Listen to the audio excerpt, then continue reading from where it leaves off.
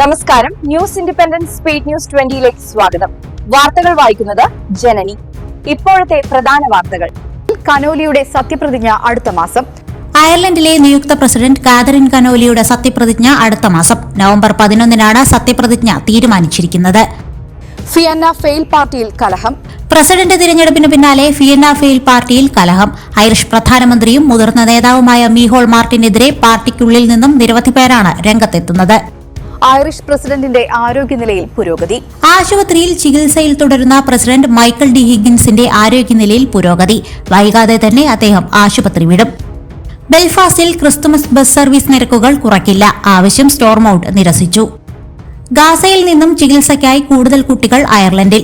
Israel ആക്രമണത്തിൽ പരിക്കേൽക്കുകയും അസുഖബാധിതരാകുകയും ചെയ്ത കുട്ടികളാണ് അയർലൻഡിൽ എത്തിയത്.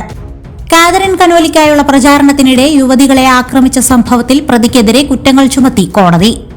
പൊതു ശൌചാലയം തകർത്തു. നോർത്ത് ഡബ്ലിനിൽ സെന്റ് ആൻസ് പാർക്കിലെ പൊതു ശൌചാലയം തകർത്തു. കഴിഞ്ഞയാഴ്ചയായിരുന്നു ഇവിടെ ടോയ്ലറ്റുകൾ സ്ഥാപിച്ചത്. ചൈൽഡ് ബെനിഫിറ്റ് പേയ്മെന്റുകൾ നിർത്തലാക്കി. വടക്കൻ അയർലൻഡിലെ മാതാപിതാക്കളുടെ ചൈൽഡ് ബെനിഫിറ്റ് പേയ്മെന്റുകൾ ഭാഗികമായി നിർത്തിവച്ചു. ഡബ്ലിൻ വിമാനത്താവളത്തിൽ കയറി ആനുകൂല്യ തട്ടിപ്പ് നടത്തിയെന്ന ആരോപണം ഉയർന്നതിന് പിന്നാലെയാണിത്. ഇടപാടുകൾ സുതാര്യമാക്കാൻ ഐറിഷ് ഫാർമസികൾ. ഡിസംബർ 1 മുതൽ ഐറിഷ് ഫാർമസികൾ എല്ലാ പ്രൊഫഷണൽ സേവനങ്ങളുടെയും നിരക്കുകൾ പ്രദർശിപ്പിക്കും. അയർലൻഡിനെ അമ്പരപ്പിക്കാൻ പ്രശസ്ത മജീഷ്യൻ ഗോപിനാഥ് മുതുകാടും സംഘവും. എം ക്യൂബ് മാജിക് ഷോ നാളെയും മറ്റന്നാളും അരങ്ങേറും. ഹമാസ് ബന്ദിയാക്കിയിരുന്ന ഒരാളുടെ മൃതദേഹം കൂടി ഇസ്രായേലിനു കൈമാറി. റെഡ് ക്രോസ് വഴിയാണ് മൃതദേഹം ഇസ്രായേൽ സൈന്യത്തിന് കൈമാറിയത്. യുഎസുമായുള്ള പ്ലൂട്ടോണിയം നിർമ്മാർജ്ജന കരാർ റദ്ദാക്കുന്ന നിയമത്തിൽ റഷ്യൻ പ്രസിഡന്റ് തിങ്കളാഴ്ച ഒപ്പുവച്ചു. ഇന്ത്യയിൽ ആദ്യമായി ഒരു സമ്പൂർണ്ണ യാത്രാ വിമാനം നിർമ്മിക്കുന്നതിന് വഴിയൊരുക്കിക്കൊണ്ട് ഹിന്ദുസ്ഥാൻ എയ്റോനോട്ടിക്സ് ലിമിറ്റഡ് റഷ്യയുടെ യുണൈറ്റഡ് എയർക്രാഫ്റ്റ് കോർപ്പറേഷനുമായി കൈകോർത്തു.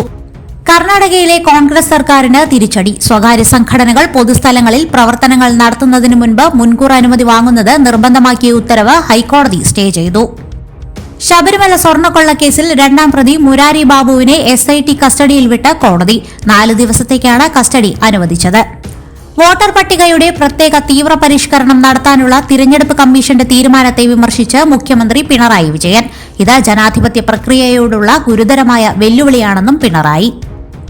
ഇക്കൊല്ലത്തെ സംസ്ഥാന സ്കൂൾ ഒളിമ്പിക്സ് പടിയിറങ്ങുമ്പോൾ 1825 പോയിന്റുമായി മുഖ്യമന്ത്രിയുടെ സ്വർണ്ണക്കപ്പ് സ്വന്തമാക്കി തിരുവനന്തപുരം ജില്ല. ശ്രേയസ് അയ്യർ ഡ്രസ്സിംഗ് റൂമിൽ ബോധരഹിതനായി. പരിക്കേറ്റ് ഡ്രസ്സിംഗ് റൂമിലേക്ക് മടങ്ങിയതിന് പിന്നാലെ ശ്രേയസ് അയ്യർ ബോധരഹിതനായെന്ന് റിപ്പോർട്ട്. താരത്തിന്റെ രക്തസമ്മർദ്ദം അപകടകരമാം വിധം താഴ്ന്നിരുന്നു. കേരളത്തിൽ മഴ തുടരും.